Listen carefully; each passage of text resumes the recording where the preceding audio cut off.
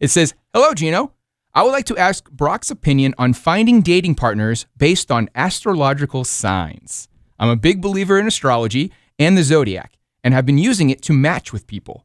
I know some might call me crazy, but I really believe that there's something to this. I was wondering if Brock had any opinions on it based on his experience with his clients and his followers. Thank you for your show." And again, that was sent in by Janine. Is this something that's come up? This is definitely something that's come up. I'd say this is probably top 5 in terms of questions that I get asked is about astrology. And Janine, thank you so much for writing this in. You've got a lot of people wanting to weigh in their opinions as well, but thank you for giving me a chance to weigh mine in. I think the zodiac and astrology, I think it can be a lot of fun. You can get your charts read and all that type of stuff. But in terms of like really trying to find a compatible partner, I don't put too much stock into it. Again, it's a lot of fun. But when you're really trying to find somebody that you're able to build your life with, somebody who's going to show up consistently in your life, I don't think that seeing what time they were born, what season they were born, how the stars were aligned, have too much to do with whether or not they're going to be a compatible partner. I think one of the reasons that we gravitate towards things such as astrology or numerology or anything like this is because we're looking for that consistency. We're looking for patterns that will help us alleviate any stress of future pain, if you will. So we're looking for things that can kind of predetermine whether or not we're setting ourselves up for failure. And sometimes we do this because we actually don't trust ourselves to be able to pick up those patterns. So we're looking for outside sources to kind of guide us a little bit. But what ends up happening is that when we rely on other things, we turn off those inner mechanisms that allow us to see if somebody's treating us right, to see if their communication styles are what we actually require to feel safe and secure in a relationship.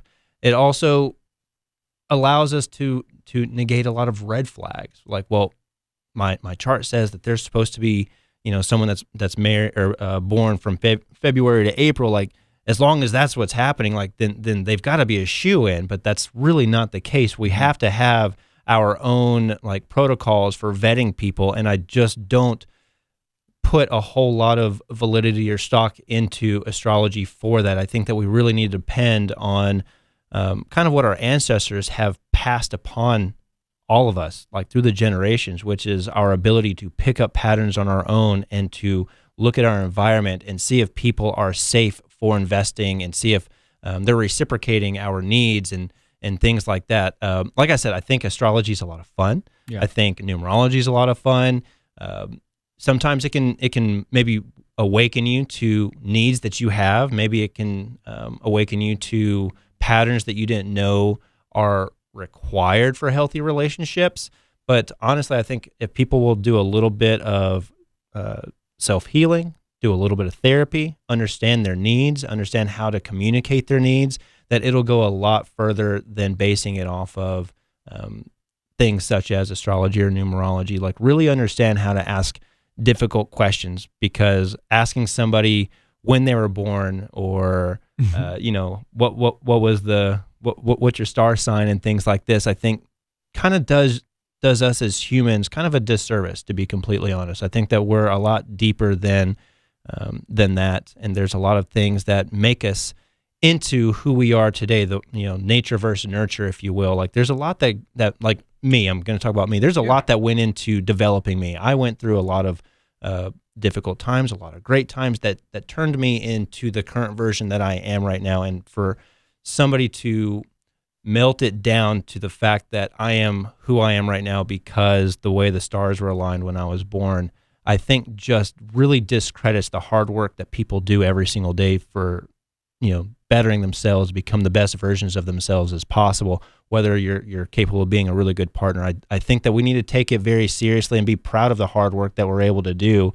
And again, learn how to ask those really, really deep questions about compatibility, because if you don't know how to do that, you're going to be relying on things that aren't necessarily the most consistent in terms of finding somebody to be compatible with you. And that just means, and that goes for really anything in your life. If you're relying on these things to kind of give you a path in life, might want to question that a little bit more. just a little dig bit a little more. bit deeper. Yeah, just dig a little bit deeper. I've noticed that's one thing when people bring up zodiac signs, whether it's dating or not, but just trying to think about it. They use it almost as an excuse at times.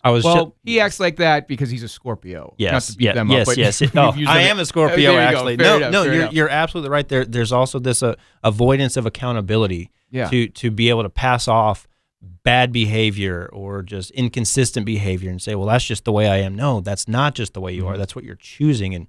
And I think that structures like astrology and numerology, the Enneagrams even, all that stuff like tries to put you into a box that doesn't make you responsible for outside behaviors. And I'm just not an advocate for that at all. Again, it can be a lot of fun, like, all that type of stuff. Something to look into maybe, but don't.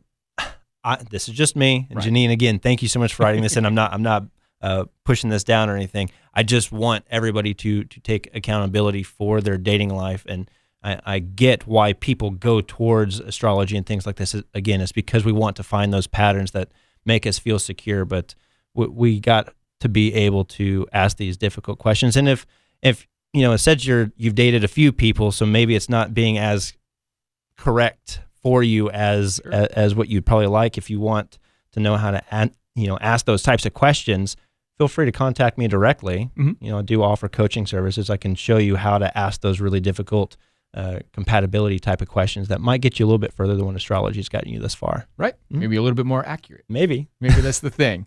Janine, though, seriously, of course, thank you for writing in. And anybody out there, if you have a question on anything, if you just want Brock to kind of riff on it and tell his opinion, we'll be happy to do that. All you have to do is send that email. That's Gino, Gino, at WDODradio.com. And yes, of course, you can reach out to Brock on his website, brockolson.com, and social media to get more dating advice and matchmaking and so much more. And you'll talk about the zodiac just a little bit, maybe. Sure.